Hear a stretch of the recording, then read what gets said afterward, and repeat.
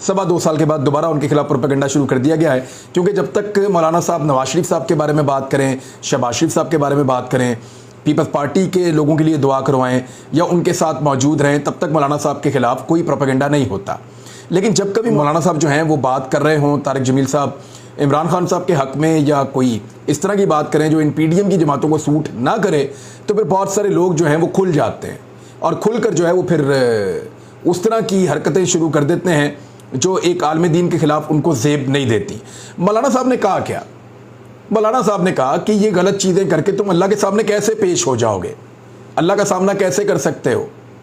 वो झूठ के खिलाफ बात करते हैं, लालच के खिलाफ बात करते हैं, वो ज़मीर फरोशी के खिलाफ बात करते हैं, वो इंसानों की तकालीफ के बारे में बात करते हैं, वो इंसानियत के हक़ में बात करते हैं। और एक आलम दीन क्या कर सकता है? जब वो ये बात करते हैं तो आप सबको तकलीफ शुरू हो जाती है। यानी मैंने एक चीज़ पे गौर किया है, जब भी आप ये कहें कि चोरी इस मुल्क में बंद की जाए, तो जितने चोर हैं ना वो सारे, चोर की दाढ़ी में तिनका होता है ना, वो सारे आ जाते हैं, जी आप हमें चोर क्यों कह रहे हैं? यार आपको तो नहीं चोर कहा, आपका नाम तो नहीं ले रहे, आपको तो नहीं कह रहे कि आप चोर हैं, आपकी तो दाढ़ी में सिर्फ तिनका है और आप अपने ऊपर बात को ले रहे हैं।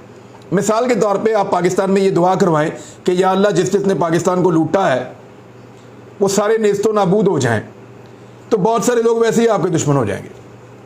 वो कहें यार ये क्या बात हुई, यार हमारे खिलाफ बदवाएं। यार आपके खिलाफ थोड़ी कह रहे हैं, हम तो कह रहे हैं जिसने पाकिस्तान को लूटा है। इस तरह से बहुत सारे लोग जो हैं वो काणे हैं, बहुत सारे लोग जो हैं उनके अपने अंदर बुग़्ज़ भरा हुआ है और उनके अपने अंदर जो फन्नी खराबी है ना, उसकी वजह से उनको पता है कि वो क्या कुछ करके आए हैं, अपने बारे में वो अच्छी तरह जानते हैं। लिहाजा जब भी मौलाना साहब कोई दीन की, ईमान की और इंसाफ की बात करते हैं तो फौरी तौर पे उनके ऊपर हमले शुरू हो जाते हैं जो इंतहाई काबिल मुज़म्मत हैं। मौलाना तारिक जमील साहब को मैं आज तक मिला नहीं हूँ, लेकिन कल भी बतौर आलम दीन मेरे लिए वो मोहतरम थे, आज भी मोहतरम है। मैं यहाँ बहुत सारे ऐसे मौलवियों को जानता हूँ जो छोटे छोटे ओहदों के लिए, छोटी छोटी चीज़ों के लिए किस हद तक गिर जाते हैं, किस हद तक निचले लेवल पे चले जाते हैं और क्या हरकत शुरू कर देते हैं, वो सब जानते हैं। वो सब जानते हैं उनके किरदार को भी और उनकी हरकत को भी। क्या आपने कभी मौलाना तारिक जमील साहब को किसी सरकारी ओहदे के ऊपर देखा है? हर हुक्मरान से जाकर वो मिलते हैं, नवाज शरीफ को भी मिलते हैं, पीपल्स पार्टी के हुक्मरानों को जाकर मिलते हैं, ये पीटीआई के लोगों को जाकर मिलते हैं, जो बड़े सहाफ़ी उनको जाकर मिलते हैं, हर बंदे को जाकर तबलीग करते हैं। तो मौलाना तारिक जमील साहब तो कोई सरकारी ओहदे लेकर नहीं बैठे हुए। अब उनको जो है वो मुख्तलिफ जो पीडीएम के सहाफ़ी हैं वो उनको ताने दे रहे हैं, उनको दोबारा उनके ऊपर अटैक कर रहे हैं। इंतहाई गैर मुनासिब और गलत हरकत है। 13 अगस्त के जलसे का मुकाम तब्दील किया पाकिस्तान तहरीक इंसाफ ने और उसको अब लाहौर में ले आए। यहाँ लाहौर में हॉकी ग्राउंड है, यहाँ पे ये जलसा होगा, बहुत बड़ी जगह है और यहाँ पार्किंग का इंतज़ाम बहुत बड़ा है, क्योंकि बहुत दूर दूर तक आप पार्किंग में गाड़ियाँ लगाकर बड़े आराम से आप जलसागाह में आ सकते हैं। फिर यहाँ पे गालिबन आतिशबाजी का इंतज़ाम भी होगा और इसके साथ जो है जश्न आज़ादी को भी मनाया जाएगा। इमरान खान साहब खुद यहाँ पे मौजूद होंगे और वो आगे के लायामल का ऐलान करेंगे। देखिए इमरान खान साहब अगर कुछ भी ना करें ना, सिर्फ हर थोड़े अरसे के बाद एक जलसा करते रहें, लोगों को सिर्फ मोटिवेट रखें, अपने साथ जोड़ कर रखें और जो इम्पोर्टेड हुकूमत है उसको एक्सपोज करते रहें और जो उनके सहूलतकार हैं उनके ऊपर दबाव बनाई रखें, तो मेरे ख्याल में इतना काफ़ी है। जब भी इलेक्शन होगा इमरान खान साहब जीत जाएंगे। इसीलिए उनको नायल करने के लिए गेम चलाई जा रही है, लेकिन वो गेम भी बन नहीं रही। वो क्यों नहीं बन रही?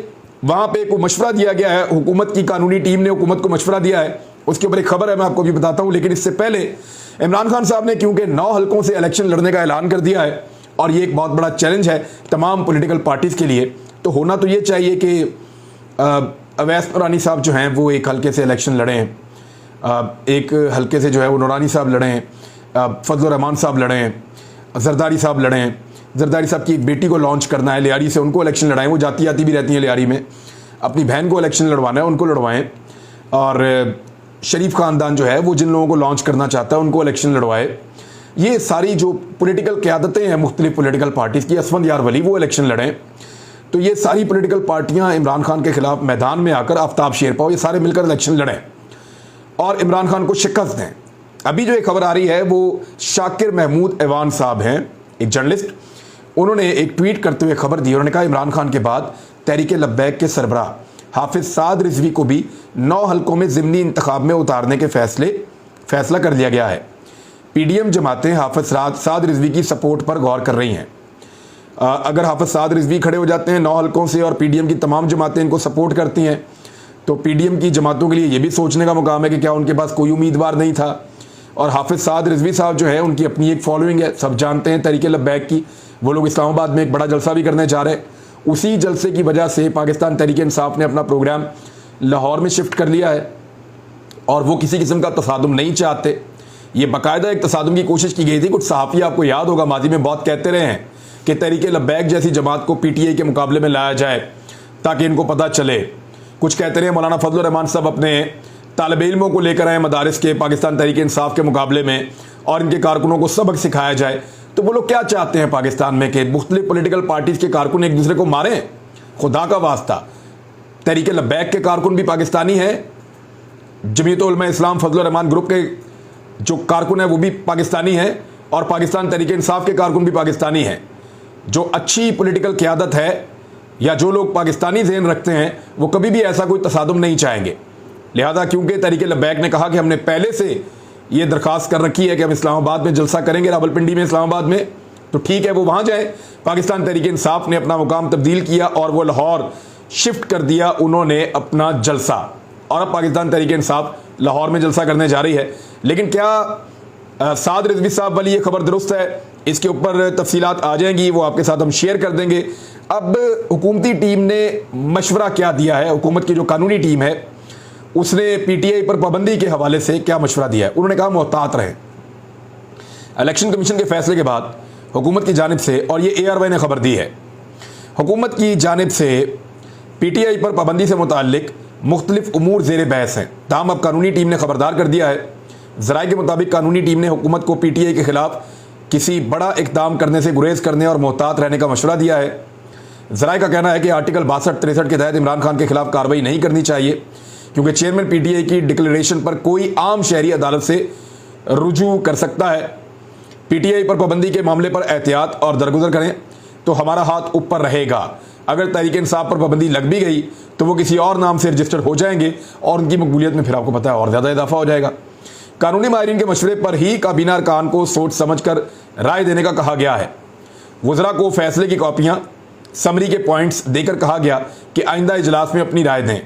कानूनी माहिरीन का मौक़िफ़ है कि जल्दबाजी नहीं करनी चाहिए। हुकूमती फैसले के बाद 15 रोज़ में अदालत जाना होगा, जबकि वफाकी काबीना की राय आने के बाद जो है वो हतमी फैसला किया जाएगा। अब यहाँ पे मोहतात रहने का इसलिए कहा जा रहा है कि अगर आप एक पॉलिटिकल पार्टी का निशान वापस ले लेंगे या आप इमरान खान की पॉलिटिकल पार्टी को बैन कर देंगे तो ये एक नए निशान के साथ वापस आएंगे, एक नई ताकत के साथ वापस आएंगे। अगर आप इमरान खान को फ़र्ज़ करें नाअहल कर भी देते हैं तो भी पाकिस्तानी इस वक्त तुले हुए हैं, वो इमरान खान को उसकी गैर मौजूदगी में 2/3 अक्सरियत दिलवाएंगे, उसकी हुकूमत बनाएंगे और 2/3 अक्सरियत से इमरान खान दोबारा कानून साजी करके फिर इलेक्शन लड़ेगा अहल होकर और फिर वापस आ जाएगा। फिर आप क्या करेंगे?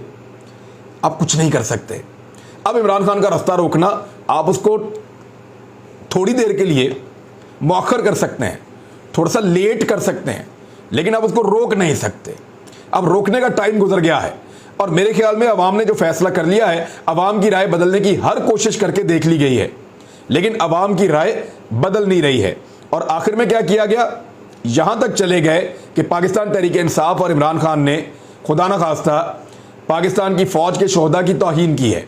इससे भोंडा और गलत इल्ज़ाम कोई हो नहीं सकता। इमरान खान पाकिस्तान का वो वाहिद पॉलिटिकल लीडर है जिसने अपने मुंह से कहा कि मेरे से ज़्यादा पाकिस्तान की फ़ौज ज़रूरी है। हालांकि पाकिस्तान का हर लीडर मौलाना फजल रहमान कहते हैं मैं ज़्यादा मोहतरम हूँ तुमसे। ये फजल रहमान साहब का स्टेटमेंट है कि मैं ज़्यादा मोहतरम हूँ तुमसे, ज़्यादा मोतबर हूँ। खुद कहा फजल रहमान ने अपने मुंह से। नवाज शरीफ साहब अपने मुंह से बातें करते रहे, मुझे क्यों निकाला, और वो फौज को ब्लेम करते रहे। इमरान खान ने निकलने के बाद भी कहा कि मेरे से ज़्यादा इस मुल्क को फौज की ज़रूरत है। उस आदमी के ऊपर ये भोंडा इल्ज़ाम अवाम कभी नहीं मानेगी। लोग इस बात को तस्लीम नहीं करेंगे। उल्टा भी लटक जाए ना फिर भी लोग इस बात को तस्लीम नहीं करेंगे। यानी मरियम नवाज अपने किए हुए ट्वीट के लिए जिम्मेदार नहीं है, लेकिन इमरान खान अपने 2 करोड़ फॉलोअर्स में से किसी गुमनाम बंदे के किए हुए ट्वीट के लिए जिम्मेदार है। लोग बेवकूफ़ थोड़ी हैं, ऐसे थोड़ी मान जाएंगे। ऊपर से एक और खबर आ गई है, चीज़ें खुल जाती हैं आजकल के दौर में, छुपी नहीं रहती, और ये खबर छप भी चुकी है। मैं एज इट इज़ आपको पढ़ के सुना देता हूँ। सदर आरिफ अलवी को शोहदा के जनाजे में शिरकत से वज़ीर आज़म हाउस से रोके जाने का इंकशाफ हो गया है। लसबेला हेलीकॉप्टर हादसे के बाद सदर और वज़ीर आज़म हाउस में राब्तों का इंकशाफ हुआ है, जिसमें सदर ने कहा, सुप्रीम कमांडर हूँ, जनाजे में जाना चाहता हूँ। और ये जो इंकशाफ हुआ है कि लसबेला हेलीकॉप्टर हादसे के बाद सदर और वज़ीर आज़म हाउस में राब्ता हुआ था। सदर मुमलिकत ने यह कहा कि मैं फ़ौज का सुप्रीम कमांडर हूँ और जनाजे में जाना चाहता हूँ। ज़राए के मुताबिक वज़ीर आज़म हाउस से सदर को जवाब दिया गया कि अभी नहीं, पहले वज़ीर आज़म जाएंगे। ज़राए ने बताया कि वज़ीर आज़म हाउस की जानिब से रोके जाने के बाद सदर के खिलाफ मुहिम चलाई गई और ये तासुर दिया गया, वो सलीम साफ़ी वगैरह ये चला रहे थे, आपको पता होगा, कि शोहदा के लवाहिकीन सदर से मिलना ही नहीं चाहते। ज़राए का कहना था कि पार्लिमानी निज़ाम के तहत सदर को कहीं आने जाने के लिए वज़ीर आज़म की मर्ज़ी दरकार होती है, क्योंकि जो इंतज़ामात हैं वो वज़ीर आज़म हाउस से होते हैं। ज़्यादा गवर्नर है, जैसे वज़ीर आज़म है, वज़ीर आला हाउस जो है वो ज़्यादा ताकतवर होता है गवर्नर की निस्बत। इसी तरह एडमिनिस्ट्रेटिव पावर्स जो हैं वो सारी वज़ीर आज़म हाउस के पास होती हैं। सदर जो है वो बेशक सुप्रीम कमांडर है पाकिस्तान की फोर्सेस के, लेकिन उन्होंने कहा मैं जाना चाहता हूं क्योंकि इंतजामात वज़ीर आज़म हाउस ने करने थे। तो वहां से जवाब आया, नहीं आप नहीं जाएंगे, पहले वज़ीर आज़म जाएंगे। और उसके बाद फिर जानबूझकर ये खबरें चलाई गई कि एक्चुअली हुआ ये है कि वो लवाहिकीन आने ही नहीं देना चाह रहे थे सदर मुमलिकत को, और इमरान खान साहब ने जाने के बाद इस तासुर को भी ज़ाइल कर दिया। अच्छा, अब ये कह रहे हैं कि पार्लिमानी निज़ाम के तहत सदर को कहीं आने जाने के लिए वज़ीर आज़म की मर्ज़ी दरकार होती है और सदर की जानिब से वज़ीर आज़म हाउस को आगाह करना होता है जो उनकी आमदोरफ्त के इंतज़ामात करते हैं। तो ये जी अब एक इंकशाफ हुआ है और ख़बर आपके सामने मौजूद है कि किस तरीके से सदर आरिफ अलवी के खिलाफ PMLN की हुकूमत ने या PDM की हुकूमत ने पहले एक चाल चली और उसके बाद उस चाल के ऊपर एक प्रोपेगेंडा करवाया है। मरीम नवाज़ साहिबा की एक ट्वीट मेरी नज़र से आज गुजरी, मैंने आपको पिछले व्लॉग में सुनाई भी है कि ये लोग कितने जालिम हैं कि जिनके बच्चे शहीद हुए उन्हीं के ऊपर डाल दिया। ये कहा कि अपने ही बच्चों को कत्ल किया वहाँ APS स्कूल के अंदर, और जल्दी लोगों को ये पता चलेगा तो खलाई मखलूक डरो, बहुत ज़्यादा डरो। इस किस्म की बातें जो हैं वो मरीम नवाज़ साहिबा करती थी, लेकिन अब वो इक़्तिदार में है और उनके पास बाकायदा सिक्योरिटी मौजूद है, सिक्योरिटी फोर्सेस की, और उन्हीं सिक्योरिटी फोर्सेस की सिक्योरिटी उनके पास मौजूद है जिनके ऊपर वो जुमले कसा करती थी और इस तरह की बातें करती थी। एक और बुरी खबर है, इम्पोर्टेड सरकार में अच्छी खबर सुनने को बहुत कम मिलती है। इस्लामाबाद और रावलपिंडी में ना सिर्फ 200 दवाइयों की कीमत में 10 से 20% इजाफा कर दिया गया है, बल्कि बहुत सारी अहम अद्वियात मार्केट से गायब कर दी गई हैं। 2 माह के दौरान ब्लड प्रेशर की दवाओं में 10% और प्रोस्टेट में 15 और कैंसर की दवा में 20% का इजाफा कर दिया गया है। इस तरह कैंसर की दवाई का रेट 12,000 रुपये से बढ़कर 17,000 रुपये तक हो गया है। सांस के मर्ज़ के अंदर जो लोग मुब्तला होते हैं उनकी दवाई की कीमत 1300 से बढ़कर 1600 रुपये तक हो गई है। शुगर के जो मरीज़ हैं उनकी दवाई 964 रुपये से बढ़कर अब 1,142 रुपये में मिलेगी, और प्रोस्टेट की दवाई जो है वो 2800 रुपये से बढ़कर 3564 रुपये में मिलेगी। दिमागी अमराज और एंटीबायोटिक की कीमत में 15% तक इजाफा कर दिया गया है, चाहे गुर्दों के मरीज़ हों, चाहे दीगर मरीज़ हों, सादा पैनाडोल की गोली हो, दूसरी अद्वियात हों, कुछ दवाइयाँ तो मार्केट से गायब भी हो गई हैं। तो ये किस तरह का माफिया है जो इस वक्त चीज़ों को देख रहा है। बहरहाल ये व्लॉग ख़त्म करने से पहले सिर्फ आपको एक बात याद दिलाता चलूँ कि पाकिस्तान के जो वज़ीर सेहत हैं इस वक्त, उनका नाम है जनाब कादिर पटेल। आपको याद तो होगा। अब तक के लिए इतना ही, अपना ख्याल रखिएगा, अपने इस चैनल का भी। अल्लाह हाफ़िज़।